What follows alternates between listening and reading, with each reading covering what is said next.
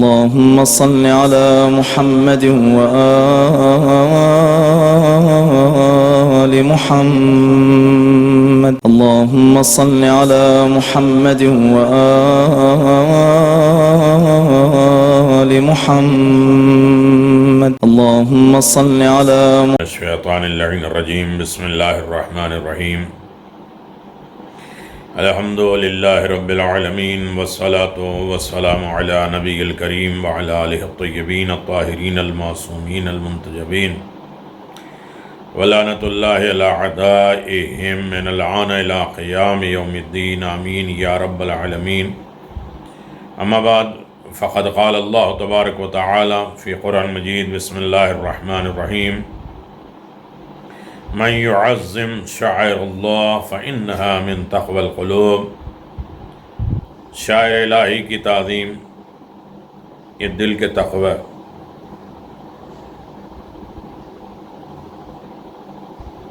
انسان اپنے دل کے ذریعے تمام اعضاء و جوارح کے اوپر حکومت کرتا ہے. دل میں اگر خوف الہی اور تقوی خدا پیدا ہو جائے تو تمام اعضاء و جوارح اس کے مطیع و فرما بردار ہو جاتے ہیں. جنت البقیع کے سلسلے میں اپنی 14 ویڈیو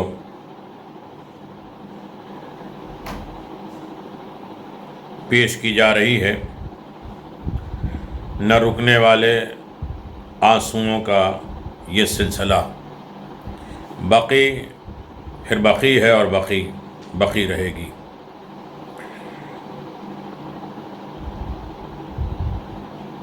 اس سلسلے میں 13 گفتگو آپ حضرات سے ہو چکی ہے. بقی کے سلسلے میں ایک عظیم خاتون، عظیم المرتبت رتبے والی، ویسے بھی قرآن اور محمد اور آل محمد علیہ السلام کے نزدیک عورت کی بڑی عظمت ہے. عورت کا مقام عورت کے صاحب علم اور صاحب نظر ہونے کی ضرورت کی طرف اشارہ ہے. اور یہاں تک پیغمبر نے فرمایا علم حاصل کرو ماں کی گود سے لے کر قبر تک. ماں کی گود سے علم شروع ہوتا ہے. قرآن نے بھی عورتوں کی اہمیت اور اس کے معاشرے میں کارگر ہونے کی ضرورت کو جانا ہے. یعنی تقوی حسن عمل کی منزل میں جہاں کالے گورے جوان بوڑھے برابر ہیں، وہیں اللہ نے عورت اور مرد کا بھی ذکر برابر کے درجے میں دیا ہے. سورہ احزاب میں دیکھ لیجیے آپ، قرآن مجید کا اعلان ہے وَإِنَّ الْمُسْلِمِينَ وَالْمُسْلِمَاتِ وَالْمُؤْمِنِينَ وَالْمُؤْمِنَاتِ وَالْقَانِتِينَ وَالْقَانِتَاتِ وَالصَّادِقِينَ وَالصَّادِقَاتِ وَالصَّابِرِينَ وَالصَّابِرَاتِ وَالْخَاشِعِينَ وَالْخَاشِعَاتِ وَمُتَصَدِّقِينَ متصدقات والصائمین والصائمات والحافظین فروجهم والحافظات وذکر اللہ الکثیر والذاکرات اعد اللہ لهم مغفرۃ واجر عظیما. یقیناً عورت اور مرد کو ایک ساتھ اللہ تبارک و تعالیٰ نے مقام اور بلندی اور رفعت بہت سے موقع پہ عورت کے اعتبار سے عورت بلند ہے. عورت کے ضمن میں انشاءاللہ بات آئے گی کامیاب زندگی میں، جو آپ اسے ملاحظہ فرما رہے ہیں، دیکھ رہے ہیں کہ ساتھ ساتھ بھی اللہ نے صاف اور واضح اعلان بتا دیا کہ عزت اور ذلت اور سربلندی اور سرنگو بدبختی یا کا معیار بدبختی، یعنی بخت اور کامیابی اور معیار صلاح و تقوی اور سیرت اخلاق اور اس کی کسوٹی پہ جتنا کھرا ثابت ہوگا اتنے خدا کے نزدیک قابل قدر و مستحق کل اکرام ہوگا. من عمل صالحا من ذکر او انثی وهو مؤمن فلنحینہ حیاۃ طیبۃ ولنجزینہم اجرہم باحسن ما كانوا یعملون. یعنی جو شخص بھی نیک عمل کرتا ہے اور مرد ہو یا عورت بشرطے کہ وہ صاحب ایمان بھی ہو تو ہم اسے پاکیزہ حیات دے دیں گے اور انہیں ان اعمال سے بہتر جزا دیں گے اور وہ زندگی میں انجام دے رہے ہیں۔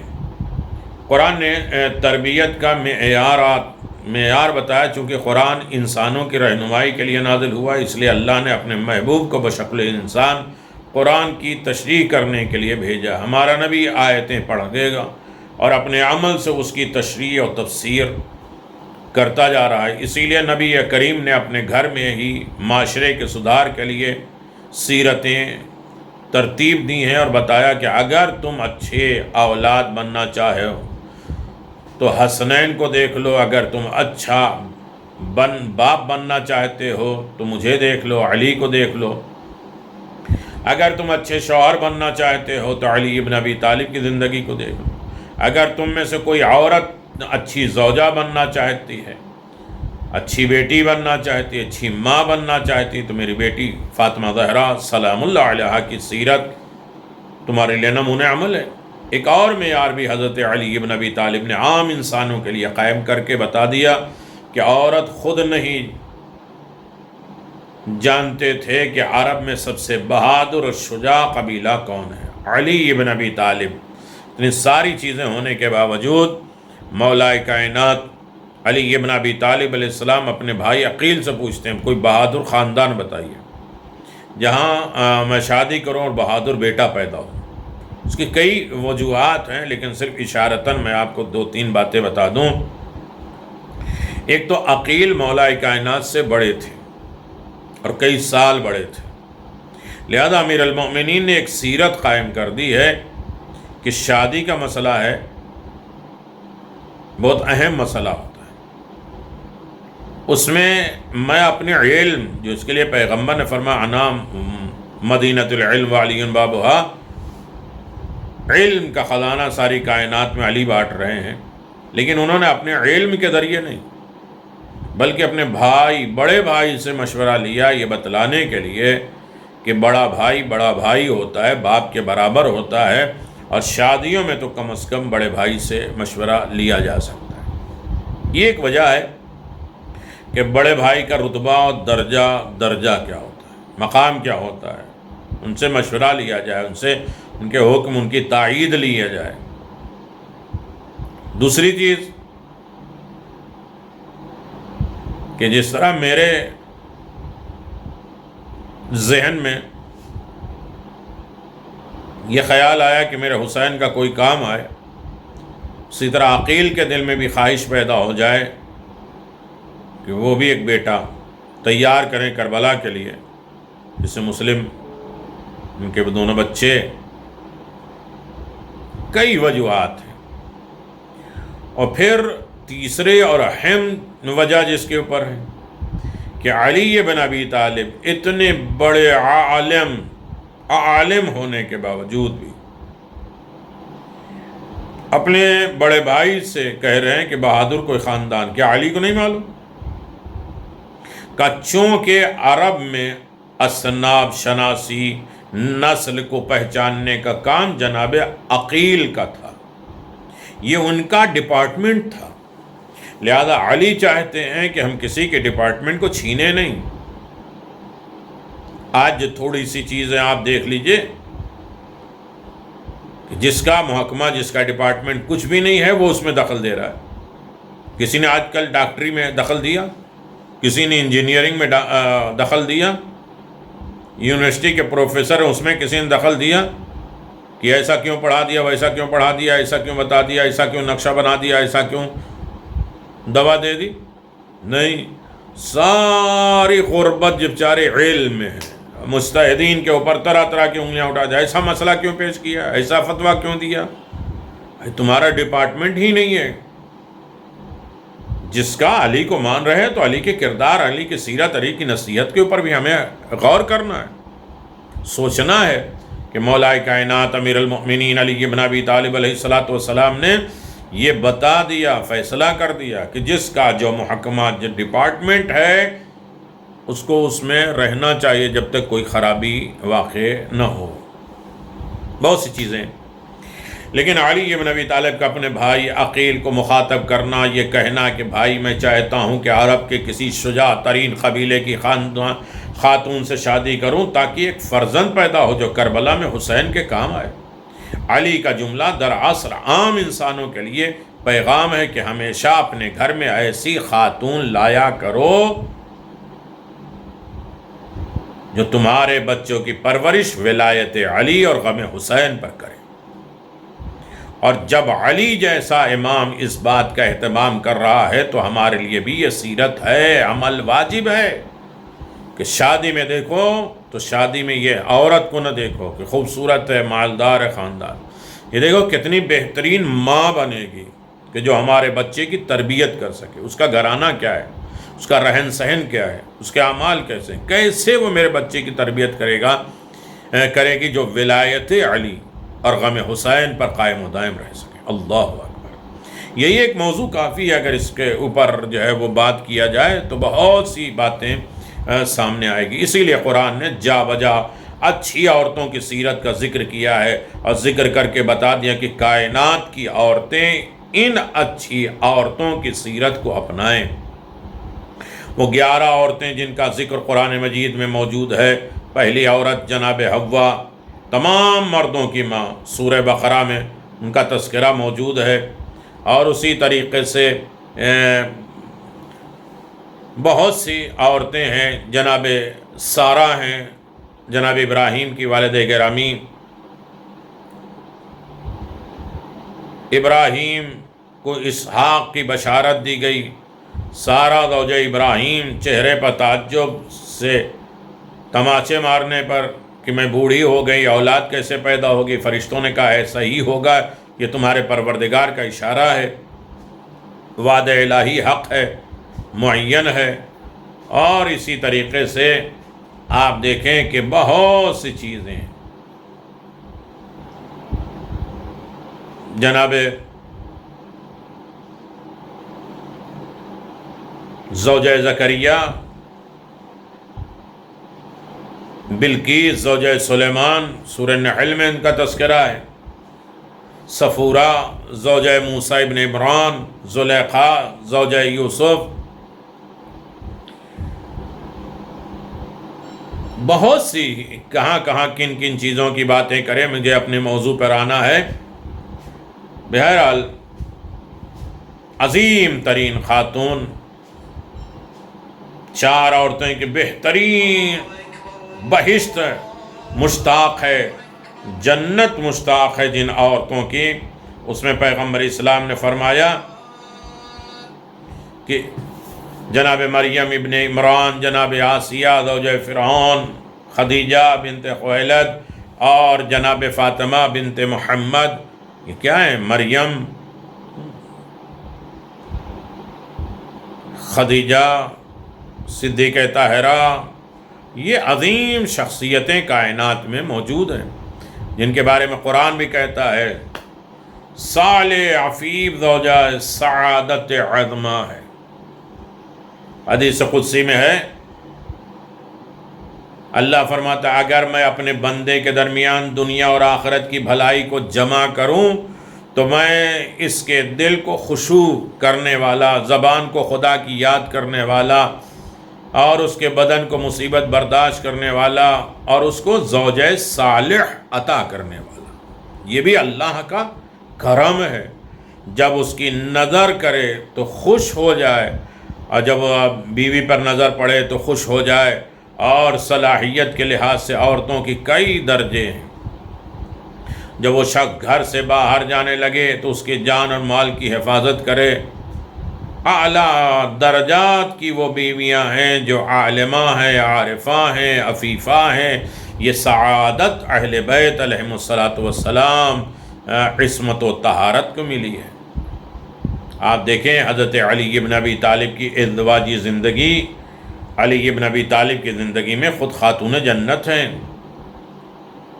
حیات اور ازدواجی زندگی کی خصوصیت، زندگی کے دیگر ضروریتوں کے متعلق بحث کرنے کی ضرورت ہے۔ خاتون جنت، اللہ اکبر، امیر المومنین کی ازواج 11 ہیں، لیکن جب تک خاتون جنت رہیں علی بن ابی طالب نے کوئی دوسری شادی نہیں کی ہے، اور یہی وجہ ہے کہ علی بن ابی طالب کی بیوی آخرت میں بھی جناب سیدہ ہی رہیں گے۔ یہ ایک امتیاز ہے امیر المومنین کا، اور جناب فاطمہ زہرا کا امتیاز ہے۔ حضرت علی بن ابی طالب علیہ السلام کی ازواج طاہرین بڑی لمبی فہرست ہے، میں اس طرف اور نہ جاؤں۔ اولاد امیر المؤمنین کس سے، کون سے بیوی سے کون سے بچے ہیں، یہ یقیناً تاریخ میں موجود ہے اور نام کے ساتھ موجود ہے۔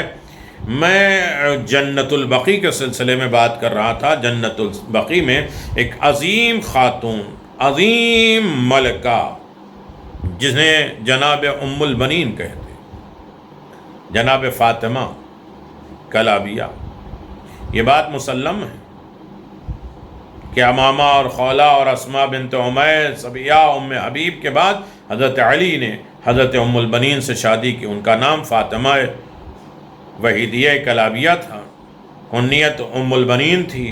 آپ وحید ابن کعب اور کلاب ابن ربی کے خاندان سے تھیں، جو عرب کے مشہور تھے، کہ جناب ام البنین کی شادی 20 ہجری میں ہوئی۔ اکثر مورخین کا اس پر اتفاق ہے کہ حضرت عباس کی عمر جنگ صفین کے وقت 15 یا 17 برس کے درمیان تھے۔ کربلا کے واقعے میں آپ کی عمر 33 یا 38 برس کی تھی۔ جنگ صفین حضرت علی کے خلاف ظاہری کے دوسرے یا تیسرے سال واقع ہوئی تھی۔ خاندانی تربیت، جناب عباس کی والدہ ماجدہ حضرت ام البنین کی تربیت بہت اچھی تھی۔ آپ علمی، اخلاقی اوصاف میں ممتاز تھی۔ حضرت عباس نے اپنے پدر بزرگوار، مادر گرامی اور بھائیوں اور بہنوں سے بہت علوم حاصل کیے۔ باپ بھائی بہنوں کی علمیت کا مقام ازہر من الشمس ہے۔ یہ اس خبر سے پہلے کہ اپنی والدہ ماجدہ بھی وہ دنیا کے عقل مند ترین بزرگ کی رفیع حیات ہیں، علمی، اخلاقی، تربیتی امور میں کافی ملکہ رکھتی ہیں جناب ام البنین۔ اللہ اکبر! جناب ام البنین کے خاندان نسب دیکھیے آپ، نام اور کنیت کی طرف جائیے۔ خود نام کے سلسلے میں بہت زیادہ تفصیلات بیان کی گئی ہے۔ آپ کی کنیت کی شہرت کائنات میں پھیلی ہوئی ہے۔ آپ دیکھیں، مشہور خواتین مردوں کے سوانح عمری میں گزشتہ بیان میں یہ واضح ہو جاتی ہے کہ ہر دور میں ام البنین کنیت رکھنے والی عورتیں بے شمار گزری ہیں، جن کو امہات البنین کی فہرست میں شامل کیا جائے، لیکن معروف فاطمہ ام البنین، مادر گرامی جناب ابو الفضل عباس، بچوں کی ماں تو سبھی ہیں۔ اگر یہ شرافت اور فضیلت کا کوئی آخر ہے تو زوجہ امیر المومنین ہے۔ یہ خاندانی شرافت کو ملحوظ نظر رکھیں۔ ان کا خاندان حزام ابن خالد، ربیہ ابن کعب ابن عامر وحید کلبی، ان کے خاندان کے صفات اور کمالات، ان کی ثقافت، ان کی بہادریاں، ان کے خاندان کی ایک طرف، ان ساری چیزوں کو اگر ہم اپنے سامنے رکھیں تو ایک بہت طولانی گفتگو ہو جائے گی۔ لہذا ہم اس طرف آتے ہیں کہ جس طریقے سے انسان جناب ام البنین کی زندگی کا ایک خاکہ اپنے ذہن میں رکھے، اور جناب ام البنین کا خاندان، قبیلہ، شجر نسب، حضرت ام البنین حضرت علی علیہ السلام کی شادی میں کیسے آئیں، ان کی ازدواج میں جناب ام البنین کا خواب ماں کو بتایا، بشارت جناب سیدہ، اور خود جناب سیدہ کا آخری وقت میں کہنا کہ علی میرے بعد تم ام البنین فاطمہ سے شادی کرنا۔ اللہ اکبر! کیا رتبہ ہے! کتنے کائنات میں مشتاق ہوں گے۔ عقد جناب ام البنین کے بارے میں بات کیا جائے، بنت رسول کے بعد حضرت علی کے عقد میں کس اہتمام کے ساتھ یہ کیے گئے۔ عقیل ابن ابی طالب سے حضرت علی کی فرمائش، حضرت علی اور عقیل میں گفتگو، حضرت ام البنین کی خواستگاری کے لیے حضرت عقیل کا جانا اور پھر بتانا کہ مجھے بشارت مجھے خواب ہوا۔ حضرت ام البنین اور اعظام کی گفتگو، حضرت ام البنین خانہ امیر المؤمنین علی ابن ابی طالب، خطبہ عقد میں کتنا اہتمام کیا گیا جناب ام البنین کے سلسلے میں۔ امیر المؤمنین کے گھر کس اہتمام کے ساتھ جناب ام البنین سلام اللہ علیہ آئیں، کتنے سبجیکٹ کس پر گفتگو کیا جائے۔ جناب ام البنین بحیثیت زوجہ، بیوی، ام البنین اور شہادت امیر المؤمنین علی ابن ابی طالب، علی کی شہادت میں حکومت شام کا ہاتھ، اور اس پر بھی مصائب اور آلام کی انتہا اور ایسے مصائب میں برداشت کرنا۔ حضرت علی ابن ابی طالب کا دست امام حسین میں علمدار کربلا کا ہاتھ دینا۔ 21 ماہ رمضان کی رات امام حسین علیہ السلام کے ہاتھ جناب عباس کے ہاتھ کو امام حسین کے حوالے کیا۔ حضرت علی کا اپنی اولاد کو وصیت کرنا، حضرت علی نے امام حسین کے ہاتھ میں سارے بیٹوں کا ہاتھ دیا۔ جناب ام البنین کا اضطراب، حضرت علی کا گریہ، دست حسین میں علمدار کا ہاتھ دینا، بہت بڑا مقام ہے۔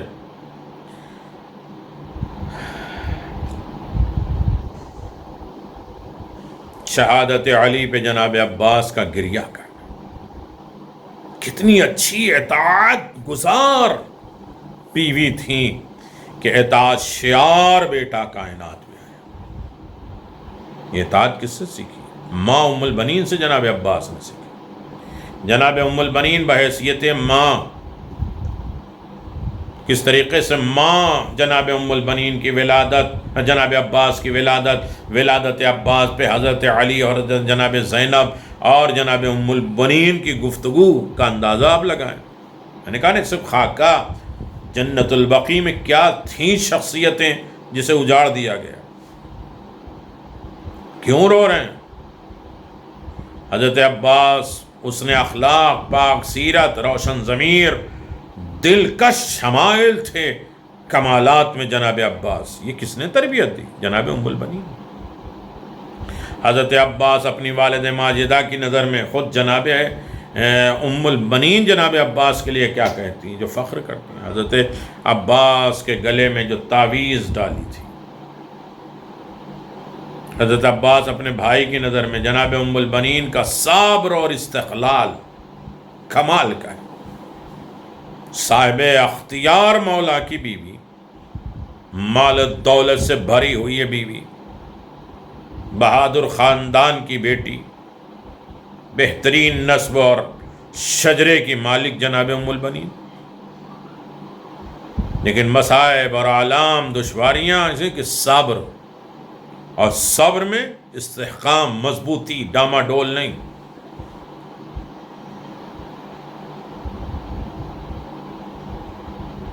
ولادت سے پہلے جناب عباس کی رسول خدا کی پیش گوئی،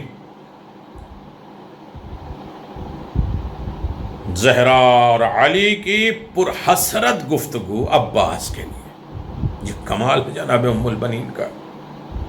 علمدار حسینی کی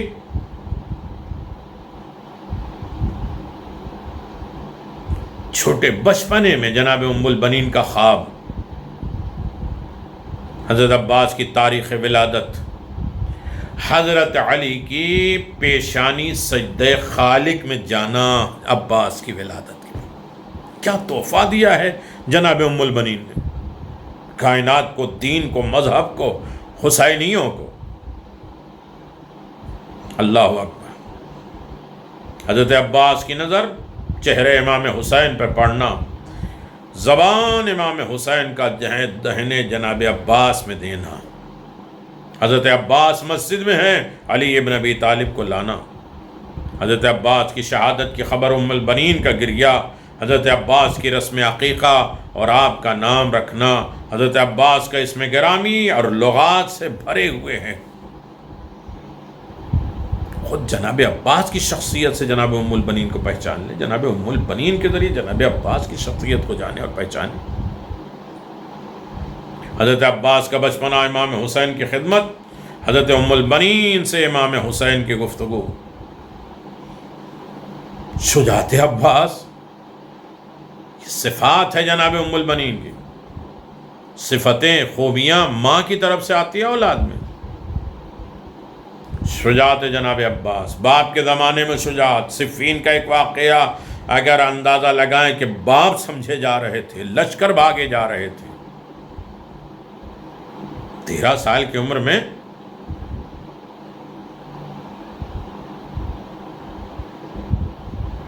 55-54 سال کے علی کا پورا لباس بدن پہ آ جانا، تقریباً 60 یا 62 سال کے امیر المومنین، پورا لباس بچے پہ فٹ ہو گیا، آ گیا۔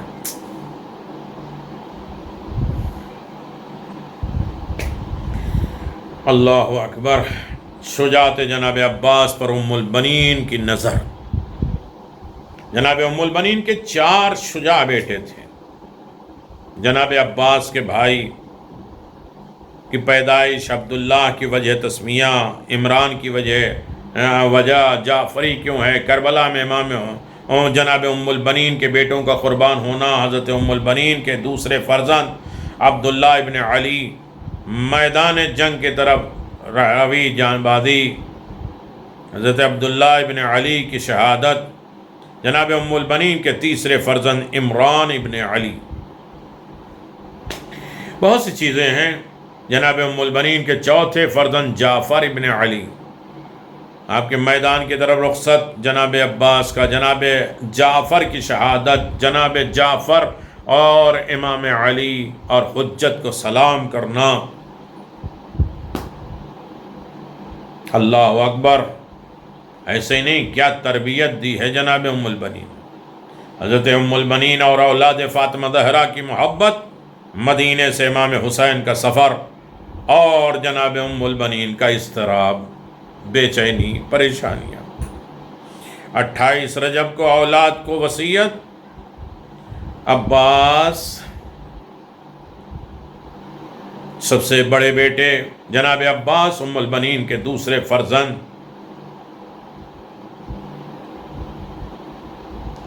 آپ کے فدق میں حصہ، آپ کی اولادوں کی نسل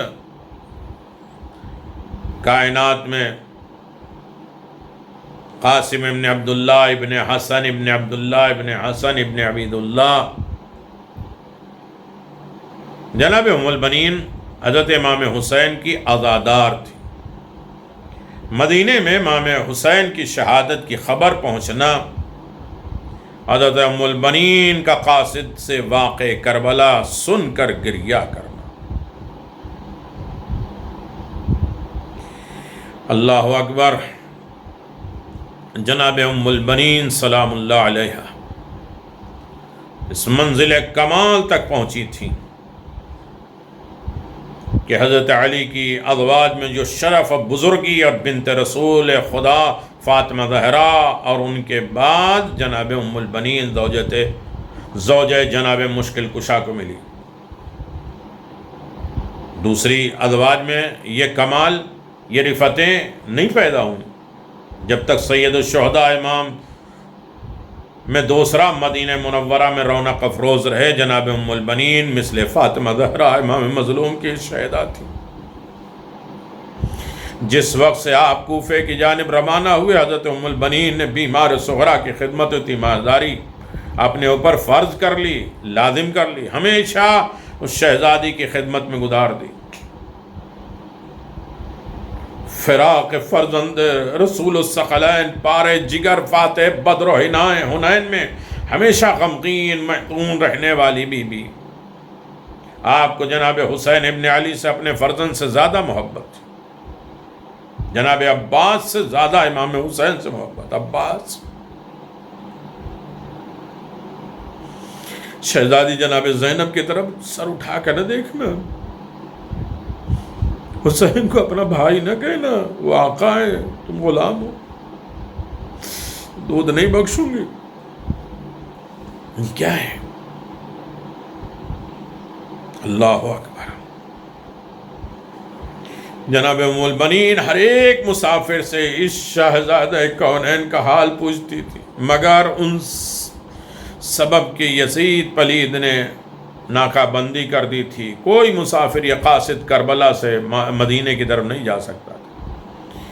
اس لیے ان معظمہ کو امام کی کچھ خبر نہ ملی، مگر امام حسین کی محبت میں آپ کا معمول بدستور رہا. ہر روز جناب فاطمہ صغرا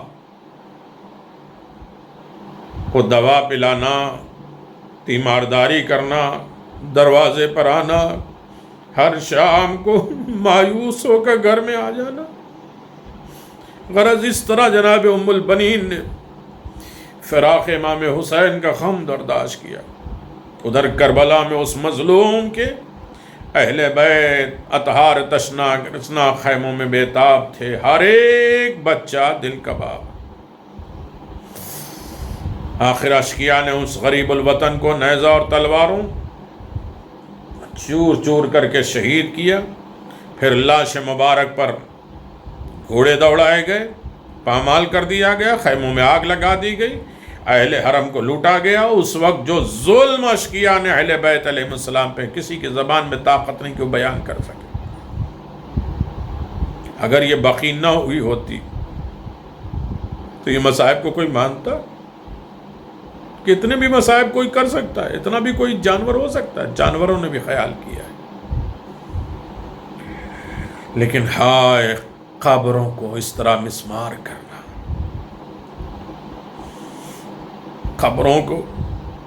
قبروں پر بلڈوزر چلا دینا، آخر کیا غم تھا. اسی بقی میں جناب ام البنین آ کے رویا کرتی تھی، اپنے چاروں بیٹوں کی قبر کے نشان بناتی تھی.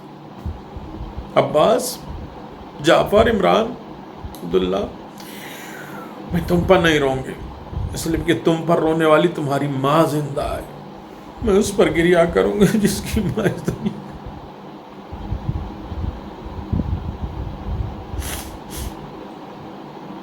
اللہ اکبر. اسی بقی میں اتنا روتی تھی کہ ظالم اور قاتل بھی حیران پریشان ہو گئے تھے. ان کے رونے سے دور و دیواروں کے رونے کی آوازیں آتی، نظام کائنات رک جاتا تھا. اللہ اکبر. حسین کو اپنا بیٹا سمجھتی تھی. آئے حسین کہہ کے بقی میں روتی تھی. دیکھا ایک معظمہ ہے، کہا کہ ہائے حسین کر کے کیوں روتی ہو؟ کیا تمہارا کوئی حسین مارا گیا؟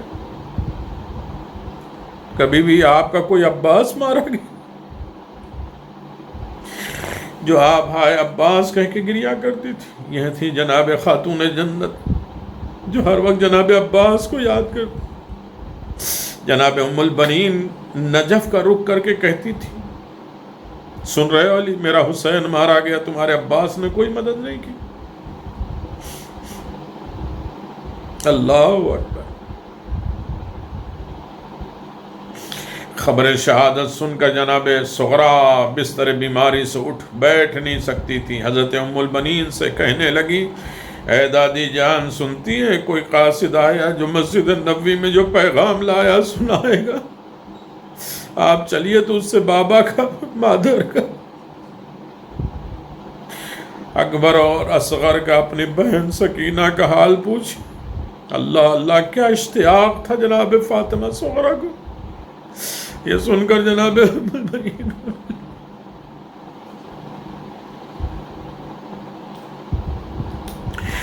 ام البنین، اللہ اکبر.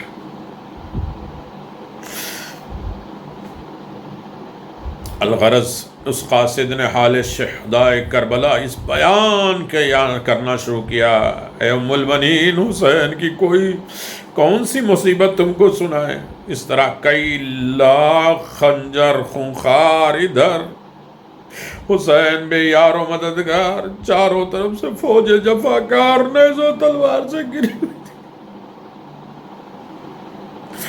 گرے ہوئے حسین ایک قطرہ پانی نہ دیتے تھے، حتیٰ کہ سوار ہونے کے وقت کوئی بھی رکاب تھامنے والا نہیں تھا۔ حضرت زینب نے خیمے سے نکل کر رکاب تھامی اور بھائی کو سوار کیا۔ یہ سن کر جناب حضرت ام المؤمنین غصے سے کانپنے لگی، فرمایا عباس کو کیا ہوا تھا؟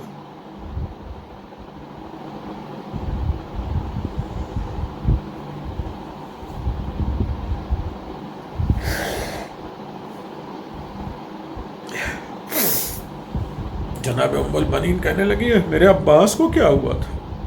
رکاب تھامنے کے لیے آر تھا، وہ تو ہمیشہ نالین حسین کی اٹھاتے تھے، حسین کی جوتی صحیح کر دیتے۔ جب یہ شکایت جناب ام المؤمنین کے نام بر نے سنا نا، اس وقت کہنے لگا اے مادر عباس، خدا گواہ ہے کہ عباس سبا وفا کائنات میں کوئی نہ دیکھا نہ سنا۔ یہ جو میں نے عرض کیا ہے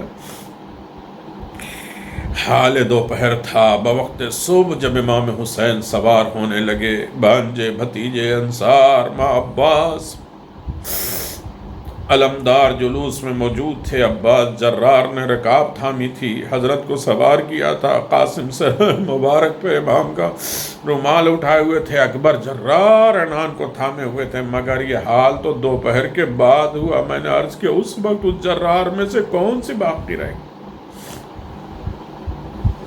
اے معظمہ حضرت عباس، کوہ وفاداری کا حال تو بیان نہیں ہو سکتا، کیونکہ جب 7ویں تاریخ محرم سے حرم پانی بند ہوا اور آپ کے بیٹے نے 4 کنویں کھودے یا 9 کنویں کھودے، 10ویں تاریخ کو سکینہ کا سقہ بنا، مگر اس پیاسی کی قسمت میں پانی نہ تھا، شانے کٹھا کے دریا کے کنارے شہید ہو گئے۔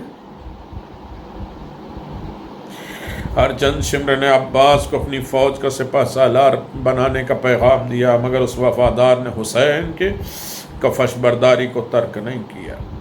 یہ سن کر جناب ام المؤمنین سجدہ خالق میں گری، پھر قاصد امام حسین کو دریافت کیا اور اس نے کہا کہ ابھی اپنے 3 بیٹوں کا حال بھی سن لیجئے۔ عبداللہ اور جعفر نے بھی اپنی جان حسین پہ نثار کر دی۔ یہ سن کر آپ نے قاصد سے عتاب لہجے میں غصے کے عالم میں کہا کہ میں حسین کے لیے پوچھ رہی ہوں۔ اللہ اکبر۔ ام المؤمنین ہے قاصد، میں تجھ سے حسین کا حال پوچھ رہی ہوں، تو غلاموں کی باتیں کر رہا ہے، مجھے حسین کے حال سے آگاہ کرو۔ یہ تھی جناب ام المؤمنین، یہ تھا رتبہ جناب ام المؤمنین کا، یہ تھا مقام جناب ام المؤمنین کا۔ صرف اشارتاً میں نے آپ کی خدمت میں گزارش کیا۔ امام حسین سے جناب ام المؤمنین کا والہانہ عقیدت تھا، یا اہل الیثرب لا مقام لکم بہا۔ اس وقت جب آپ کے مجمع میں تشریف لائے تو فرمایا مجھے حسین کے بارے میں بتاؤ۔ اس نے آپ کے فرزند کی جانثاری کا تذکرہ کیا تو اسے روک دیا، کہا وہ میری اولاد تھی، اپنے آقا پر فدا ہو گئے، بات ختم، مجھے اپنے ابا عبداللہ حسین کے بارے میں بتاؤ۔ جناب ام سلمہ اور جناب ام المؤمنین جب شیشی خون ہو گئی اور جب روز عاشور جناب ام سلمہ نے دیکھا کہ رسول خدا صلی اللہ علیہ وسلم جس شیشی میں کربلا کی خاک دے گئے تھے اس سے خون ابل رہا ہے، تو بلند آواز سے دہائی دی واہ حسینہ واہ حسینہ۔ یہ سن کر جناب ام المؤمنین نے نوا کیا، یا ریحانۃ قلب البطول یا قرۃ عین الرسول، جسے سن کر بنی ہاشم کی خواتین نے اپنے آپ پہ گریا شروع کر دیا۔ جناب ام المؤمنین پر واقع کربلا کا اثر بہت زیادہ ہوا۔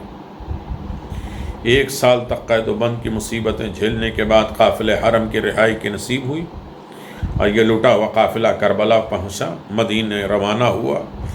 مدت ہے قافلہ باہر رکا، جناب ام المؤمنین گئی ہیں، جناب ام المؤمنین مادر عباس جنہیں اپنا شہزادہ یاد آ رہا تھا اور ان کے غم میں اپنے فرزند کو بھلا بیٹھی تھی۔ اس عالم میں ایک بچہ پہ بھی نظر پڑی جو سرے راہ کھڑا ہوا تھا بشیر قریب پہنچا، بچے نے بڑھ کر راستہ روکا اور کہا بشیر مولا تو شہید ہو گئے، یہ بتا میرا بابا آئے ہیں یا نہیں؟ بابا آئے ہوں تو میں اچھے کپڑے پہن کر آؤں، ورنہ سیال۔ بشیر نے پوچھا فرزند تمہارا بابا کون ہے؟ تم کس کے انتظار میں؟ عبیداللہ ابن عباس نے کہا کہ میں بابا عباس علمدار کا بیٹا۔ بشیر دل تڑپ گیا، سر جھکا کے بولا بیٹا اب ماتمی لباس پہن کر آؤ، تمہارے بابا کربلا میں شہید ہو گئے۔ ام البنین نے جب یہ خبر سنی تو عباس کے بازو قلم ہوئے۔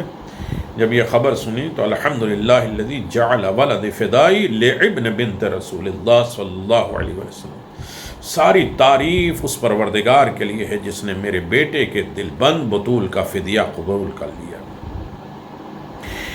جناب ام البنین کا اضطراب ہے، اللہ اکبر۔ جناب ام البنین گریا روتی فریاد کرتی، حسین کو یاد کرتی، مدینے میں مجلسوں کا انعقاد کرتی۔ مدینے میں مخدرات عصمت کے پہنچنے کے بعد مجلس غم کا سلسلہ شروع کیا۔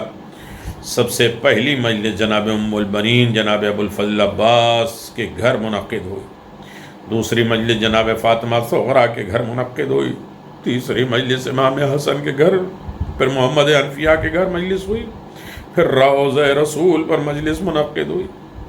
وہاں جو نوحہ پڑھا گیا الا یا رسول اللہ یا خیر مرسل حسین مقتول و نسائد ضاع، اے پیغمبر اسلام، اے اللہ کے رسول، آپ کا حسین کربلا میں قتل کر دیا گیا، آپ کی نسل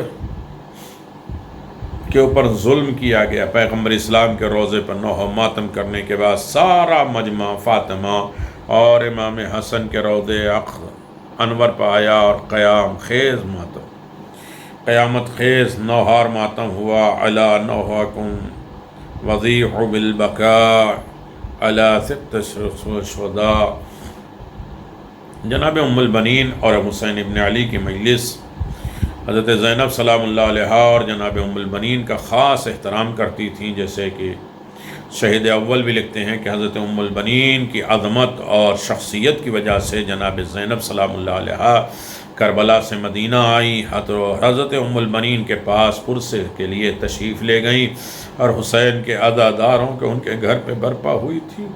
اس عزاداری میں بنی ہاشم کی خواتین جمع ہو کر حسین ابن علی کے مظلوم خاندان میں گریا کرتیں۔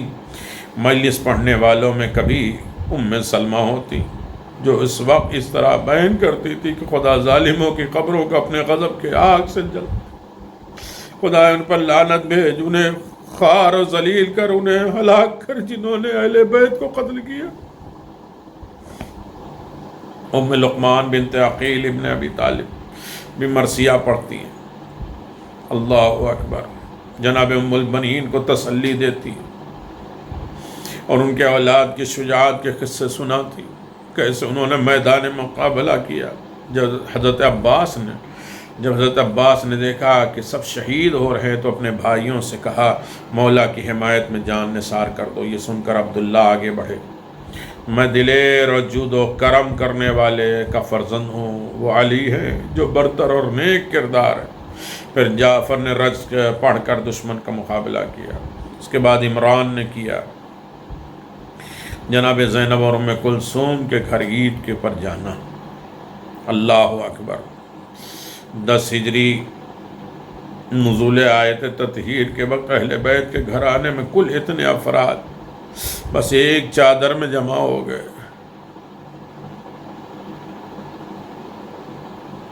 چنانچہ جناب زینب صلوات اللہ علیہا ہر گھر کی خبر گیری رکھتی تھیں، خصوصاً تاریخ کا محفوظ ہے کہ جناب زینب ہر سال عید پر جناب ام البنین کے گھر ضرور تشریف لے جاتی تھی اور آپ جناب ام البنین کا خاص احترام کرتی تھی۔ جناب ام البنین کے 4 بیٹے عباس، عبداللہ، جعفر اور عمران، حضرت ام البنین کے چاند ستارے 60 ہجری میں شہید ہو گئے اور ان کا پرسہ دینے کے لیے جناب زینب ہر عید میں ان کے پاس گئی ہیں اور چاروں بیٹے کا پرسہ دیا ہے. تو ہزادارو شیر دل بھائی کو دیکھ کر کتنا خوش ہوتی تھی میں.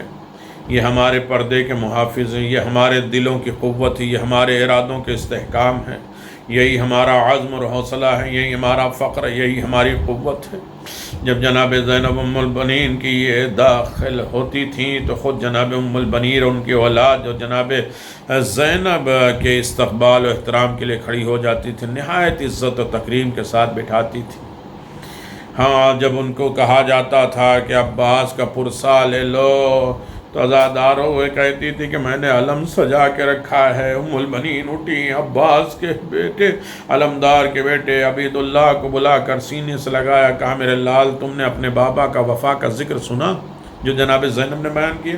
تو اب میں تم کو بھی وہی وصیت کرتی ہوں جو میں نے عباس کی تھی. اے عبید اللہ، اب فاطمہ زہرا کے گھر کی ایک نشانی بچی ہے. جس طرح عباس نے تادم آخر حسین کی حفاظت کی، تم بھی جب تک زندہ رہنا حسین کے لال سید سجاد کی حفاظت کرنا. دن کی دھوپ رات کی اوس، امام حسین کی شہادت کے بعد 5 بیویاں سائے میں نہیں بیٹھیں. حضرت زینب، جناب ام البنین، جناب ام فروہ، ام لیلہ، جناب ام رباب، دھوپ دن کی دھوپ رات کی اوس میں بیٹھی رہی. یہ خواتین بیٹھ کر گریہ کرتی رہیں یہاں تک کہ ان کی وفات ہو گئی. جناب ام البنین کا مقام و رتبہ، خود جناب ام البنین کس طریقے سے آہ و گریہ کرتی تھیں، فریاد کرتی تھیں. اس میں آج آخری بات جناب ام البنین جنت البقیع میں، جب کربلا کے سنگین واقعہ عالم وقوع میں آ چکا اور ان کی خبر جناب ام البنین مادر گرامی حضرت عباس علمدار کو پہنچی تو آپ نے اسی دن سے بقیع پر آ کر فلک شگاف نعرے شروع کر دیے. آپ کی آواز میں وہ درد تھا کہ جو در و دیوار گریہ کن نظر آنے لگی. کیا دوست کیا دشمن سب رو پڑے، سب کو جانے دیجئے. مروان شقی ملعون، جو شقاوت دلی اور قساوت قلبی میں اپنی نظیر آپ تھا، وہ بھی آپ کے درد بھرے کلمات درد آہن لہجے سن کر رو پڑا. اللہ اکبر. جناب ام البنین حضرت عباس کے بیٹے عبید اللہ کو لے کر روزانہ بقیع جا کر مرثیہ کی حیثیت سے اس میں بے تابی سے گریہ کرتی تھیں اور تمام اہل مدینہ کو سننے کے لیے جمع کرتی تھیں. اور پناہ گریہ یہاں تک کہ مروان ابن حکم کو بھی درد نوحے سے سن کر رونا پڑا. سچ ہے ماں کا دل نہایت ہی نرم اور نازک ہوا کرتا تھا. جناب ام البنین جس قدر بھی گیا کرتی تھی کم تھا. ایک تو حسین کی مصیبت، دوسرے اپنے 4 بیٹوں کا درد شہادت لے کر، اور اس کے بعد مرثیہ پڑھنے کے بعد مجلس ختم ہوتی تھی اور لوگ جانے لگتے تھے تو آپ ستو نیاز اور تحفے میں تبرک بانٹا کرتی تھی. یہی وجہ ہے کہ جب بقیع میں جناب ام البنین کا مرثیہ پڑھا کرتی اور مروان جیسا دشمن بھی آنسو بہانے پر آمادہ ہو گیا. اور جناب ام البنین کا مرثیہ مشہور ہے. کئی مرثیے ہیں جناب ام البنین کے، لیکن اس طریقے سے جناب ام البنین سلام اللہ علیہا مرثیہ پڑھتی تھیں. وفات کا سن و تاریخ 13 جمادی الثانی، جمعہ کا دن 64 ہجری اس دنیا سے رخصت ہوئیں. حادثہ کربلا کے بعد 3 سال 5 مہینہ 3 دن زندہ رہیں. لیکن مشہور خواتین جو عالم اسلام میں گزر چکی ہیں ان میں اکثر کی تاریخ ولادت اور وفات کتابوں میں درج نہیں ہے. جناب ام البنین سلام اللہ علیہ جناب زین العابدین کی زیارت سے مشرف ہوئی اور اس دن کی تاریخ 13 جمادی الثانی تھا. اتنے میں فضل ابن عباس امیر المومنین داخل ہوئے. وہو باقین حدن یقول لقد معت جدتی ام البنین. فضل غمگین حالت میں رو رہے تھے اور عرض کر رہے تھے کہ میری جدہ ام البنین اس دنیا سے رخصت ہو گئی. اللہ اکبر. بہت سی ان کی فضیلتیں اور اسی طریقے سے اس موقع پر اور زیادہ روایتیں موجود ہیں. امام زین العابدین علیہ الصلوۃ والسلام نے بھی آپ کی نماز جنازہ پڑھی اور آخری رسومات ادا کیے۔ امام وقت معصوم کا آپ کی نماز جنازہ پڑھانا خود آپ کی عظمت کی دلیل ہے۔ حضرت ام البنین قرب جناب فاطمہ زہرا صلوات اللہ علیہ میں مدفون ہے، جنت البقیع میں، مدینہ رسول میں، اور دروازے کے بالکل قریب آپ بائیں جانب آپ جائیے، داہنی جانب دروازے کے پاس جناب سیدہ اور بائیں طرف جناب ام البنین جناب صفیہ اور عاتقہ کی قبر کے پاس ہے۔ مومنین جب یار و مددگار ضرور زیارت پڑھیں، باب ام البنین، زیارت قبر حسین اور جناب ام البنین، امام حسین علیہ الصلوۃ والسلام کی زیارت، اور اس کے بعد ایک جناب عباس کے حرم میں روضے میں ایک دروازہ جسے باب ام البنین بطور یادگار قائم کیا گیا، یہ دروازہ حضرت عباس کی اصلی قبر کی تہ تک لے کے جاتا ہے۔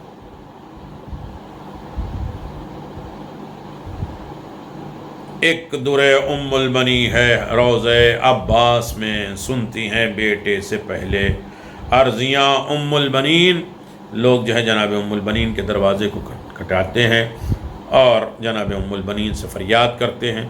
جناب ام البنین وہ دروازہ ہے جو جناب عباس کے قبر کی طرف لے کے جاتے ہیں۔ جناب ام البنین کا مقام حضرت آدم اور جناب ام البنین، حضرت نوح، جناب ام البنین، ابراہیم، موسیٰ، یعقوب، یہ ساری چیزیں آپ دیکھ لیے کہ سب کے نبیوں کے، حضرت یوسف اور ام البنین،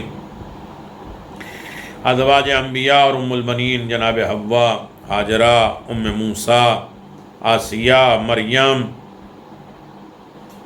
جناب ام البنین کے کرامات،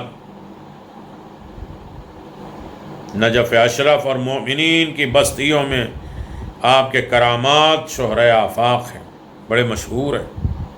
اہل نجف میں واقعات بڑے مشہور ہیں۔ حجاج ہمیشہ حج کے بعد